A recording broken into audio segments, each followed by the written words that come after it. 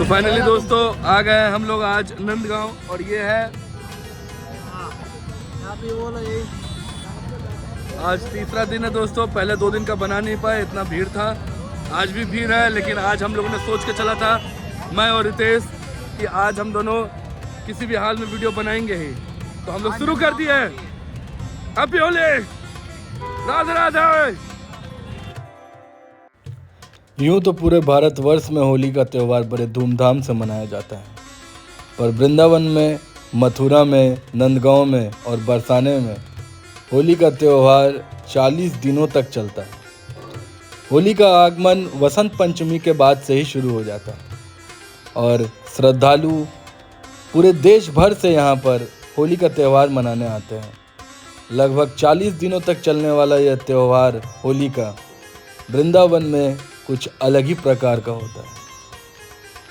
रंगों से होली खेलने का प्रचलन तो पूरे भारतवर्ष में है, लेकिन रंगों के अलावा 7 अलग प्रकार की होली जो वृंदावन में ही सिर्फ देखने को मिलती है, कुछ इस प्रकार है। पहला है लठमार होली। प्राचीन समय में जब भगवान श्री कृष्ण अपने दोस्तों के साथ राधा रानी से मिलने बरसाना जाते थे और उनकी गोपियों के चेहरे पर रंग लगा देते थे, उसके बाद उनकी लठ से पिटाई होती थी। उसी दिनों से ये लठमार होली की परंपरा शुरू हुई। दूसरा है छरी मार होली। ऐसा विश्वास किया जाता है कि बचपन में श्री कृष्ण बहुत ही नटखट हुआ करते थे और गोपियों को काफ़ी परेशान किया करते थे। गोपियाँ कान्हा जी को सबक सिखाने के लिए छरी लेकर उनके पीछे भागा करती थी। छरी का इस्तेमाल बस उनको डराने के लिए किया जाता था।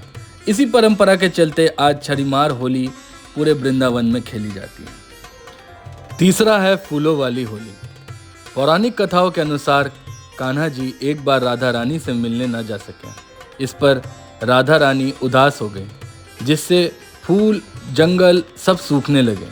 ऐसे में जब भगवान श्री कृष्ण को राधा जी का ये हालात पता चला तो वो तुरंत ही उनसे मिलने पहुँचे और फूलों से उनके साथ होली खेली। बस तभी से फूलों वाली होली की परंपरा वृंदावन में शुरू हुई। चौथा है लड्डू मार होली। पौराणिक कथाओं के अनुसार द्वापर युग में राधा रानी के पिता के होली के निमंत्रण को नंद बाबा ने स्वीकार किया, जिसके बाद नंद बाबा ने पुरोहितों के हाथों स्वीकृति पत्र भेजा। इन पुरोहितों का सत्कार करते वक्त लड्डू भी खाने को दिए गए। तभी बरसाना की गोपियां गुलाल लगाने लगी तो पुरोहितों ने उन लड्डुओं की बारिश कर दी और यहीं से लड्डूमार होली की परंपरा की शुरुआत हो गई। और इसी परंपरा को बरसाना और नंदगांव के लोग आज भी निभा रहे हैं। पांचवा है हुरंगा होली। ऐसा विश्वास किया जाता है कि भगवान बलदेव महारस या महालीला में भगवान श्री कृष्ण का स्थान लेते हैं। ऐसा विश्वास किया जाता है कि केवल भगवान बलदेव ही हुरंगा कलाकार है जो होली से भी अधिक आक्रामक रूप में है। भागवत पुराण में लिखा है कि एक बार बलराम अकेले श्री कृष्ण के बिना ब्रज लौट आए और गोपियों के साथ रास लीला का अभिनय करने लगे। इस इतिहास को भगवान बलराम को याद करने के लिए मंदिर में हर साल चैत्र मास की पूर्णिमा के 2 दिन बाद दाऊ जी का हुरंगा मनाया जाता है। छठा है विधवा होली, जिसे हम विडो होली के नाम से भी जानते हैं। विधवाओं को अक्सर होली जैसे त्यौहार से दूर रखा जाता है और एहसास दिलाया जाता है कि उनके पति के निधन के बाद उनका जीवन फीका और बेरंग पड़ चुका है।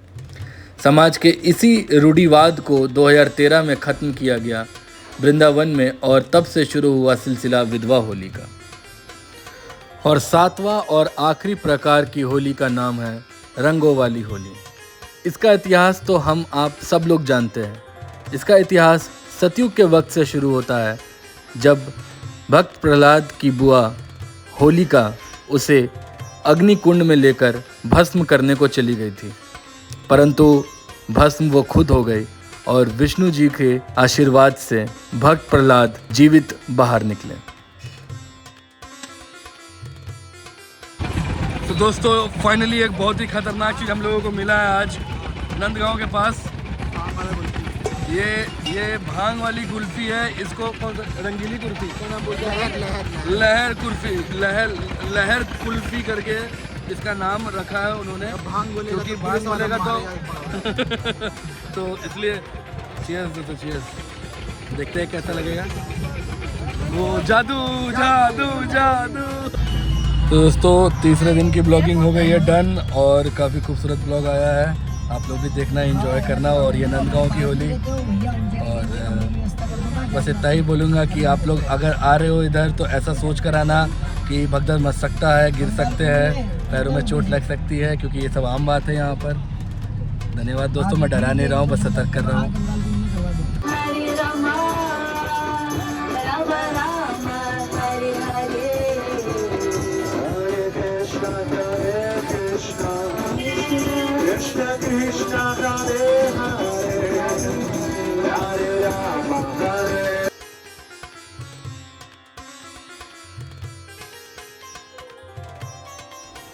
माँ वैष्णो देवी मंदिर वृंदावन।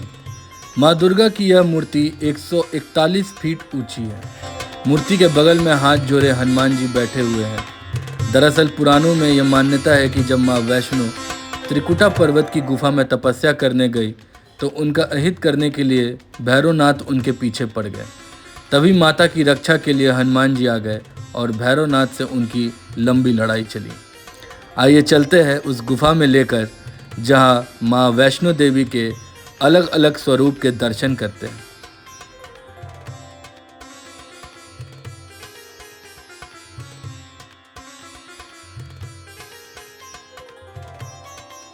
वैसे तो माता के अनगिनत स्वरूप हैं, जिनमें से 108 स्वरूप के नामकरण हम लोग जानते हैं और उनमें से भी 9 महत्वपूर्ण स्वरूप जिनके दर्शन इस गुफा में आपको होंगे। उनके नाम कुछ इस प्रकार हैं।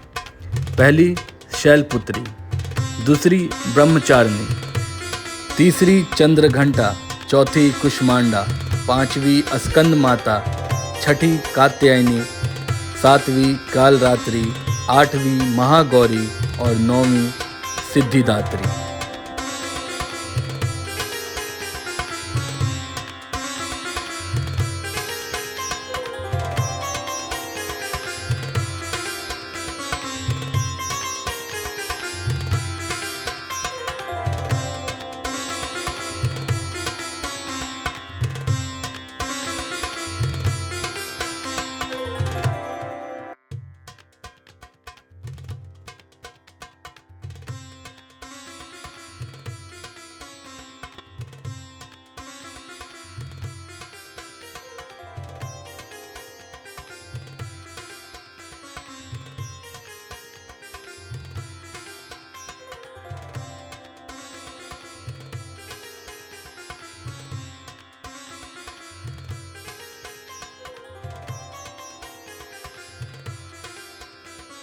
नंद बाबा का घर। मान्यता है कि इस मंदिर में भगवान श्री कृष्ण का बचपन बीता था। नंद बाबा और माँ यशोदा के साथ श्री कृष्ण इस घर में रहा करते थे जब वासुदेव और देवकी को कंस ने बंदी बना लिया था। यहाँ कई सारी मूर्तियाँ रखी हुई है, जिनमें से एक मूर्ति के बारे में कहा गया है कि वो स्वयंभू मूर्ति है। नंद बाबा के इस रहस्यमय घर से जुड़ी एक कहानी बताई जाती है, जिसमें कहा जाता है कि भगवान श्री कृष्ण अपने पिता को 4 धाम की यात्रा का सुख गोकुल में ही देना चाहते थे। इसलिए उन्होंने भगवान विश्वकर्मा से कहा था कि उनके घर में 84 खंबे लगा दे। इस पर विश्वकर्मा जी ने कहा था कि इन खंभों को कलयुग में कोई गिन नहीं पाएगा। इसलिए यह मान्यता चली आ रही है कि अगर आप इस मंदिर के दर्शन करेंगे तो यहाँ पर आपको 4 धाम की यात्रा का फल मिलेगा और साथ ही साथ आप इस मंदिर के खंभों को कभी गिन नहीं सकते। मान्यता यह है कि या तो एक खंभा ज़्यादा गिनती में आएगा या फिर एक खंभा कम। अब आप सोचेंगे कि आखिर इस मंदिर में 84 खंभे ही क्यों? इसका जवाब भी उन पौराणिक कथाओं में मिलता है जो इस मंदिर की संस्थापना के बारे में बताती है। मान्यता के अनुसार क्योंकि हिंदू धर्म में 84 लाख योनि का जिक्र है, जिनसे होकर गुजरने के बाद ही इंसान को मनुष्य रूप मिलता है, इसलिए इस मंदिर में 84 खंभे लगाए गए हैं जो पूरे संसार में मौजूद जीवन के बारे में बताते हैं।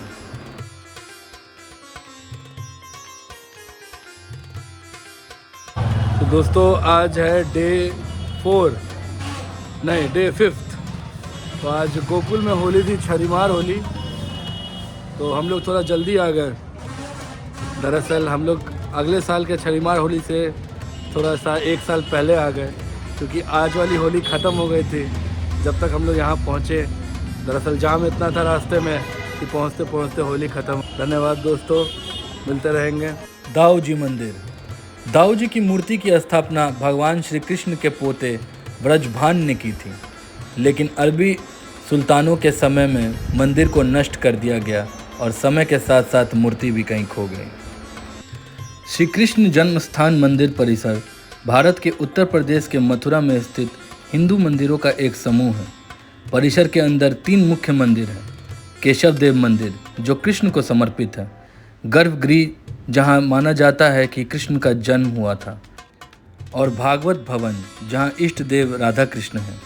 खुदाई में धार्मिक कलाकृतियों मिलने से यह स्थान कम से कम 6ठी शताब्दी ईसा पूर्व से ही धार्मिक महत्व रखता है। पूरे इतिहास में मंदिरों को कई बार नष्ट किया गया।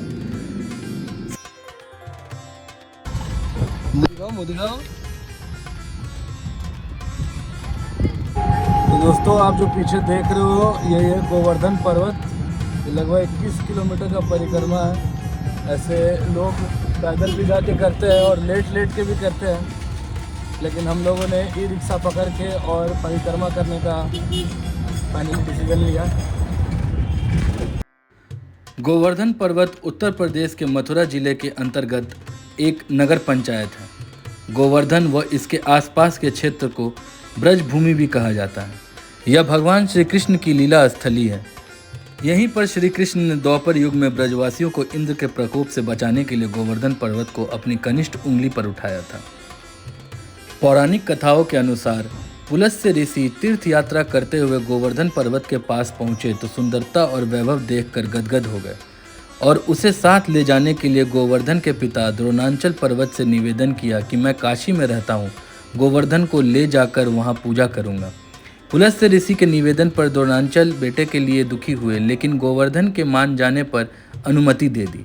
काशी जाने से पहले गोवर्धन ने पुलस्त्य से आग्रह किया कि वो बहुत विशाल और भारी है, ऐसे में वह उसे काशी कैसे ले जाएंगे। तो पुलस्त्य ऋषि ने तेज बल के जरिए हथेली पर रखकर ले जाने की बात कही। गोवर्धन ने कहा कि वह एक बार हथेली में जाने के बाद जहां भी रखा जाएगा वहीं स्थापित हो जाएगा। आग्रह मानकर पुलस्त्य ऋषि गोवर्धन को हथेली पर रखकर काशी चल पड़े। पुलस्त्य ऋषि मथुरा पहुंचे तो गोवर्धन ने सोचा कि श्री कृष्ण इसी धरती पर जन्म लेने वाले हैं और गाय चराने वाले हैं, ऐसे में वह उनके पास रहकर मोक्ष पालेगा। यह सोचकर गोवर्धन ने अपना वजन बढ़ा लिया, जिसे उठाने पे पुलस्त्य ऋषि को आराम की ज़रूरत पड़ गई। उन्होंने गोवर्धन पर्वत वहीं ज़मीन पर रख दिया और सो गए। पुलस्त्य ऋषि जब जगे तो उन्होंने गोवर्धन पर्वत को चलने को कहा, मगर जब गोवर्धन ने अपनी शर्त याद दिलाई तो पुलस्त्य ऋषि नाराज हो गए और उन्होंने गोवर्धन पर छल का आरोप लगाया। गुस्से में पुलस्त्य ने गोवर्धन पर्वत को हर दिन मुट्ठी भर घटने का श्राप दे डाला। पुलस्त्य ने कहा कि तुम्हारी ऊंचाई घटते घटते कलयुग में तुम पूरे के पूरे पृथ्वी में समा जाओगे। कहा जाता है कि पुलस्त्य ऋषि के श्राप के चलते गोवर्धन पर्वत की ऊंचाई 30,000 मीटर थी, जो अब करीब 30 मीटर ही बच गई है। गोवर्धन पर्वत करीब 10 किलोमीटर तक फैला है। गोवर्धन पर्वत की परिक्रमा 21 किलोमीटर की है। इसे पूरा करने में लगभग 5 से 6 घंटे लगते हैं। यह पर्वत यूपी और राजस्थान में विभाजित है।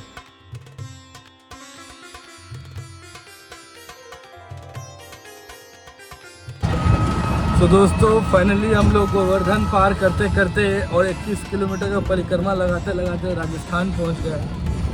ये एरिया जो है ये राजस्थान के अंदर में आता है, फ्रॉम यूपी टू राजस्थान। तो दोस्तों, अभी हम लोग जहाँ पर आए हुए हैं ये जतिपुरा नाम है। इसी जगह पर कृष्ण जी ने गोवर्धन पर्वत उठाया था। ये पीछे जो आप देख रहे हैं,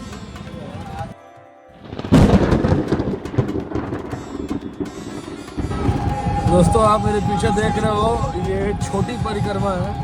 बड़ी परिक्रमा अभी हम लोग ने जस्ट किया और इसके बाद हम लोग यहाँ छोटी परिक्रमा कर रहे हैं। तो ये भी दिखने में बिल्कुल वैसे ही गोवर्धन का दूसरा भाग है। धन्यवाद दोस्तों, देखते रहिए। तो दोस्तों, इसी के साथ वृंदावन का ये हमारा अद्भुत ब्लॉग यहीं समाप्त होता है। मिलते हैं अगले ब्लॉग में। हर हर महादेव।